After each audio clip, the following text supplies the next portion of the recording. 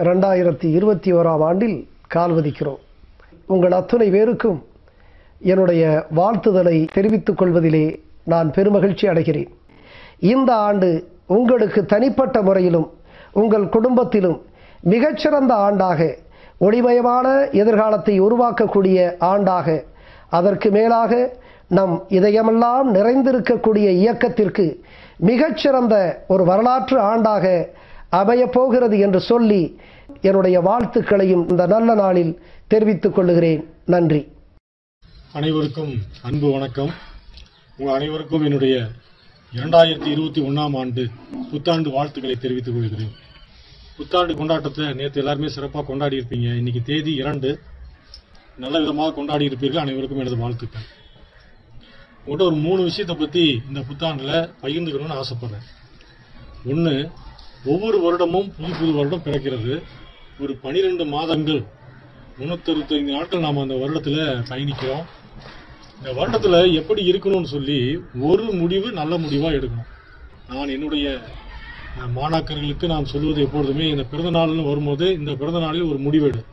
அந்த ஒரு முடிவை இந்த வருடம் முழுவதும் கடைபிடி. அந்த வருடம் முழுவதும் நம்ம அந்த நல்ல பழக்கத்தை கடைபிடிச்சிட்டோம்னா அதுக்கு அடுத்த வருஷம் இன்னொரு புது பழக்கத்தை சேர்த்திக்கணும். இப்படியே நாம் வருடத்துக்கு ஒரு புது பழக்கத்தை சேர்த்து கொண்டே வரும்பொழுது நாம் சிறந்த மனிதர்களாக உருவாகுவதற்கு இது வாய்ப்பாக அமையும். எனவே இந்த புத்தாண்டில் உங்களுக்கு நான் ஒரு அன்பா சொல்ல வர்றது என்ன அப்படின்னா, இந்த புத்தாண்டில் ஒரு முடிவு, கொஞ்சம் பெரிய முடிவு, நல்ல முடிவாக எடுங்கள். செய்ய முடியக்கூடிய நல்ல முடிவாக எடுங்கள். அது உங்கள்கிட்ட இருக்கிற கெட்ட பழக்கத்தை விட்டு நல்ல பழக்கத்தை கைக்கொள்வதாக இருக்கலாம், அல்லது புதிதாக ஒரு கேரக்டரைசேஷன் உருவாக்கி கொள்வதாக இருக்கலாம். அதனால இதை ஒரே ஒரு முடிவு, நல்ல முடிவு எடுங்கள். அதை இந்த வருடம் முழுவதும் கண்டிப்பாக கடைபிடிங்கள். இது ஒன்று. இரண்டாவது காரியம், ஒரு 10 கட்டளைகளை உங்களுக்கு நீங்களே எழுதிக்கலாம். காலையில் எழுவதிலிருந்து நாள் முழுக்க இருக்கக்கூடிய செயல்பாடுகள், இரவு தூங்க போவது, அடுத்த நாள் காலையில் எழுவது வரையிலான அந்த 24 மணி நேரத்தில் ஒரு 10 நல்ல பழக்க வழக்கங்களை எப்பொழுதுமே நமக்கானதாக ஆக்கிக் கொள்வது. குறிப்பாக சொல்லணும்னா, காலையில் எந்திரிக்கிறது, நான் 6 மணிக்கெல்லாம் எந்திரிச்சிருவேன். சண்டேனா நான் 6:30க்கு எந்திரிப்பேன்னு கிடையாது. எப்பவுமே 6 மணிக்கு, உசுரே போனாலும் 6 மணிக்கு எந்திரிச்சிருவேன். உசுறு போனால் எப்படி இருக்கு கேட்காதீங்க. 6 மணிக்கு என்ன ஆனாலும் எழுந்திருப்பேன் என்பது. அதே போல சாப்பிடுவதில் சில பொருட்களை தவிர்ப்பது. இப்போ மைதா மாவை தவிர்க்கலாம். இப்போ உங்களால் பரோட்டா தவிர்க்கவே முடியாதுன்னா மாதத்துக்கு ஒரு முறைக்கு மேல் சாப்பிட மாட்டேன்னு நீங்கள் முடிவு பண்ணலாம். இது மாதிரி நாள் முழுக்க நடக்கக்கூடிய நல்ல பழக்கங்கள் இதெல்லாம். இரவு படுக்க போவது 9லிருந்து 10 மணிக்குள் நான் கண்டிப்பாக தூங்கி விடுவேன் என்று நாம் ஒரு 10 நல்ல பழக்க வழக்கங்களை நமக்காக எழுதி கொள்வது. இது இரண்டாவது காரியம். ஃபர்ஸ்ட், ஒரு முடிவு, பெரிய முடிவு, நல்ல முடிவாக எடுப்பது. இரண்டாவது, நமக்கான ஒரு 10 நல்ல பழக்க வழக்கங்களை எழுதி கொள்வது. இந்த இரண்டையும் எழுதி நீங்க தலசீவர கண்ணாடிக்கு பக்கத்திலேயோ எழுதி வைத்து தினமும் அதை நீங்கள் பார்த்து அதை கடைபிடிக்கிறீர்களா என்று தெரிந்து கொள்ள வேண்டும்.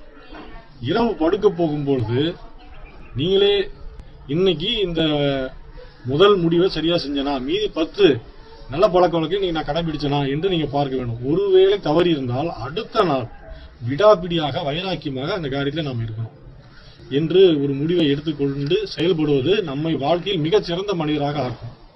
எனவே இந்த இரண்டையும் நான் உங்கள்கிட்ட கேட்டுக்கொள்கிறேன். இது உங்களுக்கானது, நமக்கானது, நம்முடைய வாழ்க்கைக்கானது. இது பர்சனல் லைஃபுக்கானது. பொது காரியத்துக்காக நான் ஒரே ஒரு விஷயம் கேட்டுக்கிறேன். என்னன்னா, எல்லாருமே ஏடிஎம் பயன்படுத்துகிறோம்.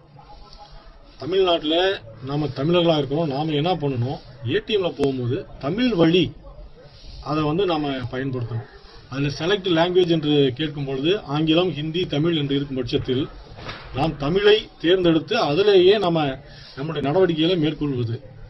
ஏற்கனவே வாட்ஸ்அப்லலாம் இதை பற்றி ஒரு அவேர்னஸ் வந்துச்சு. ஆனால் இதை சிலர் கடைபிடிக்கிறார்கள், பெரும்பான்மையாக கடைபிடிக்காமல் அதை அசிரத்தையாக விட்டு விடுகிறார்கள். தயவு செய்து ஏடிஎம்ல போகும்போது தமிழ் ஆப்ஷனை தேர்ந்தெடுங்க. சப்போஸ் அதில் இல்லைன்னா விட்டுருங்க. இருக்கும் பட்சத்தில் கண்டிப்பாக தமிழை நீங்கள் தேர்ந்தெடுத்து தமிழிலேயே இது பண்ணணும். முதல்ல ஒரு மாதிரி தடுமாற்றமா இருக்கும். வங்கிகள், ரொக்கம், பணம் எடுப்பது, எடுத்தல், அது மாதிரி அந்த வார்த்தைகள்லாம் ஃபர்ஸ்ட் ஒரு மாதிரி புதுசாக இருக்கிற மாதிரி தெரியும். ஆனால் நமக்கு ரத்தத்தில் ஊறியது தமிழ் தான். ஆகையால தமிழில் செய்யறது ஒரு பெரிய தடுமாற்றமாக இருக்காது. முதலில் ஒரு சிறிய தடுமாற்றம் இருக்கும். ஆனால் நம்ம ரத்தத்திலேயே மரபிலேயே ஊர்னது தமிழ். அதனால அது கண்டிப்பாக வரும். தயவு செய்து நான் உங்களை வேண்டி விரும்பி கேட்டுக்கொள்கிறேன். ஏடிஎம் போனா தமிழை பயன்படுத்தி இந்த நடவடிக்கைகளை மேற்கொள்ளுங்கள். இந்த 3 காரியங்களையும் தயவுசெய்து என்னுடைய அன்பார்ந்த உங்களுக்கு நான் கேட்டுக்கொள்கிறேன். இதில் பெரியவர்கள் சிறியவர்கள் எல்லாருமே இருக்கிறீங்க. ஏடிஎம்முக்கே போகாத சிறுவர்கள் இந்த ஏடிஎம் சமாச்சாரத்தை தவிர்த்தலாம். மீதி 2 கண்டிப்பாக கடைபிடிங்க. ஏடிஎம்மும் பயன்படுத்தக்கூடிய பெரியவர்கள் இந்த 3 காரியங்களையும் நீங்க தயவு செய்து பயன்படுத்துமாறு உங்களை நான் தாழ்மையோடு கேட்டுக்கொள்கிறேன். இது என்னுடைய இந்த 2021 ஆண்டுக்கான 2021க்கான என்னுடைய வேண்டுதல், ஒரு அன்பு பரிமாற்றம், அன்பு கட்டளை. ஏற்கனவே சில மாதங்களாக 2 மாதங்களாக ஏறக்குறைய எந்த வீடியோவும் போட முடியல. வீடியோ எடுத்து அதை எடிட் பண்ணி போடக்கூடிய நேரம் எனக்கு இல்லை. நான் ஒரு மிக முக்கியமான ஒரு உலகத்தில் இதுவரைக்கும் இல்லாத என்று சொல்லலாம் அப்படிப்பட்ட ஒரு கண்டுபிடிப்பில் என்னுடைய துறை சார்ந்து உடற்கல்வித்துறை சார்ந்து ஒரு கண்டுபிடிப்பில் ஈடுபட்டு கொண்டிருக்கிறேன். அது சக்சஸ் ஆகிவிட்ட பின் நான் அதை பற்றி நான் உங்களுக்கு ஒரு வீடியோ போட்டு அது என்ன ஏதுன்னு நான் விளக்கமாக சொல்லுகிறேன். என்னிடம் படித்த மாணவர்கள் நான் எப்படி அவர்களாம் இன்னைக்கு பெரிய ஆளுங்களா வந்ததுக்கப்புறம் என்னுடைய மாணவர்களாகி உங்களை பார்த்து நான் சந்தோஷப்படுறேன், நீங்களாம் பெரிய இடத்துல இருக்கிறீங்க. அதே மாதிரி நீங்களும் நான் அந்த சாதனை ஒருவேளை செய்து விட்டால் நீங்களும் எங்க ஆசிரியர் பாடுறா என்ற காலையரை ஒரு வேலை உயர்த்தி கொள்ளக்கூடிய ஒரு நல்ல சூழ்நிலை ஏற்படலாம். எல்லோரும் இறை நம்பிக்கையுடன் இருக்கிறவர்கள் எல்லோரும் வேண்டிக் கொள்ளுங்கள், கடவுளிடம் ஜெபித்துக் கொள்ளுங்கள். இந்த வருடம் உங்களுக்கும் எனக்கும் நம் எல்லாருக்கும் நமது நாட்டுக்கும் ஒரு நல்ல ஆண்டாக அமைய வாழ்த்துக்கள்.